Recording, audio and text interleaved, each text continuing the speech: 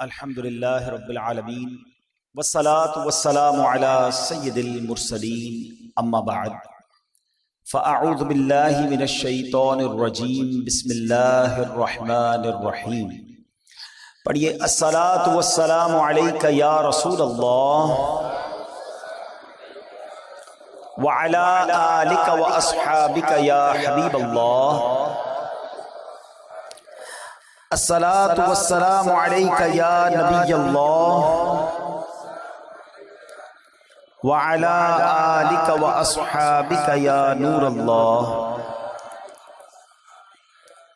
پیارے پیارے اسلامی بھائیوں اور مدنی چینل کے ناظرین، درود پاک پڑھنے کے بے شمار فضائل و برکات ہیں۔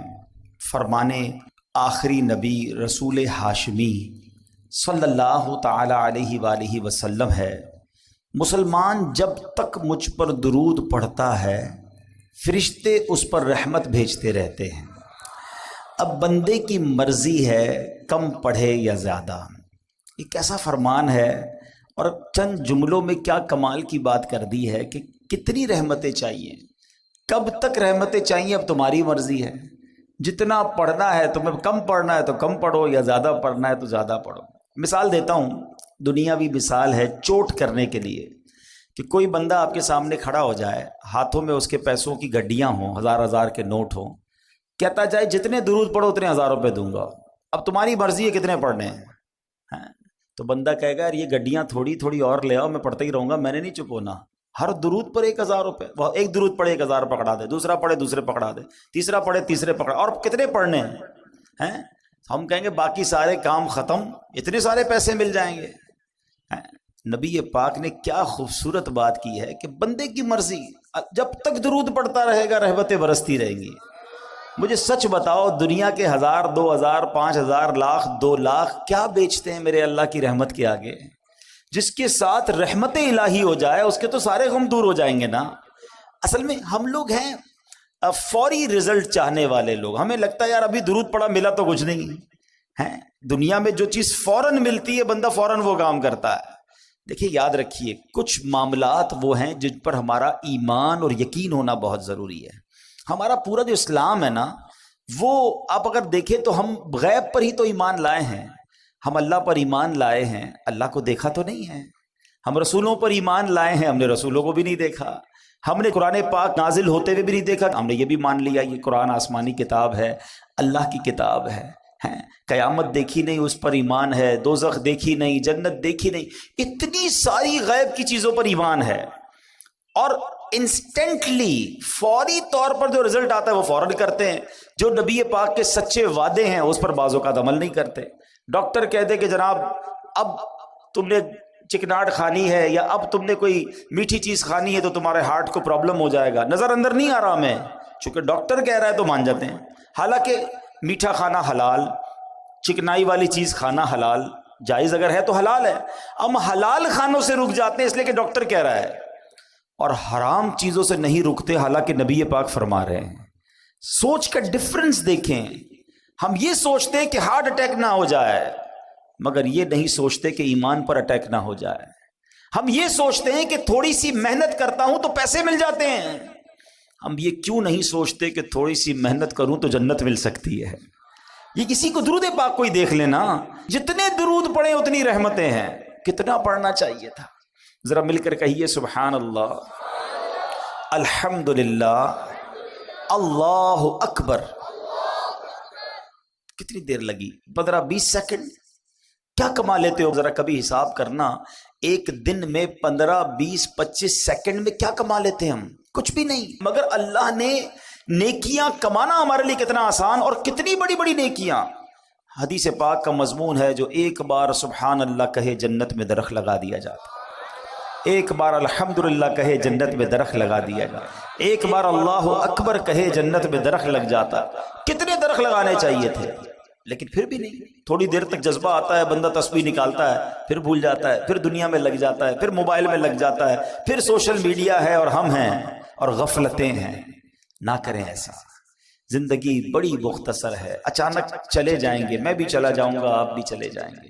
اللہ کرے یہ ذہن بن جائے کہ بس خوب نیکیاں کما کر جانا ہے، اتنی نیکیاں لے کر جاؤں کہ جب قیامت کے دن جاؤں تو شرمندگی نہ اٹھانی پڑے۔ اللہ ہمیں کثرت سے ذکر و درود کرنے کی توفیق عطا فرمائے۔ آئیے مل کر محبت کے ساتھ بآواز بلند درود پاک پڑھ لیں۔ صلو علی الحبیب صلی اللہ تعالی علی محمد صلی اللہ علیہ وسلم۔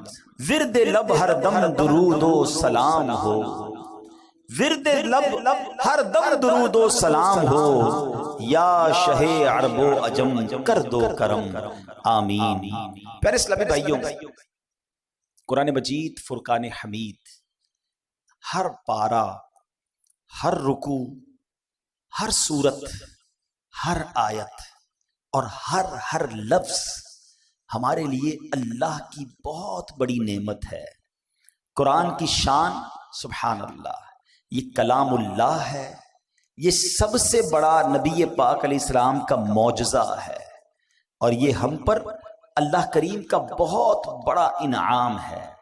قرآن کے اتنے فضائل ہیں کہ میں ساری رات اگر صرف قرآن کی فضیلتیں ہی بیان کرتا رہوں تو ختم نہیں ہوگا، مگر ایک جملہ مولا کائنات شیر خدا کرم اللہ تعالی وجہ الکریم کا اتنا کمال کا ہے کہ جس کو کہتے ہیں دل کے تار چھیڑ دیتا ہے۔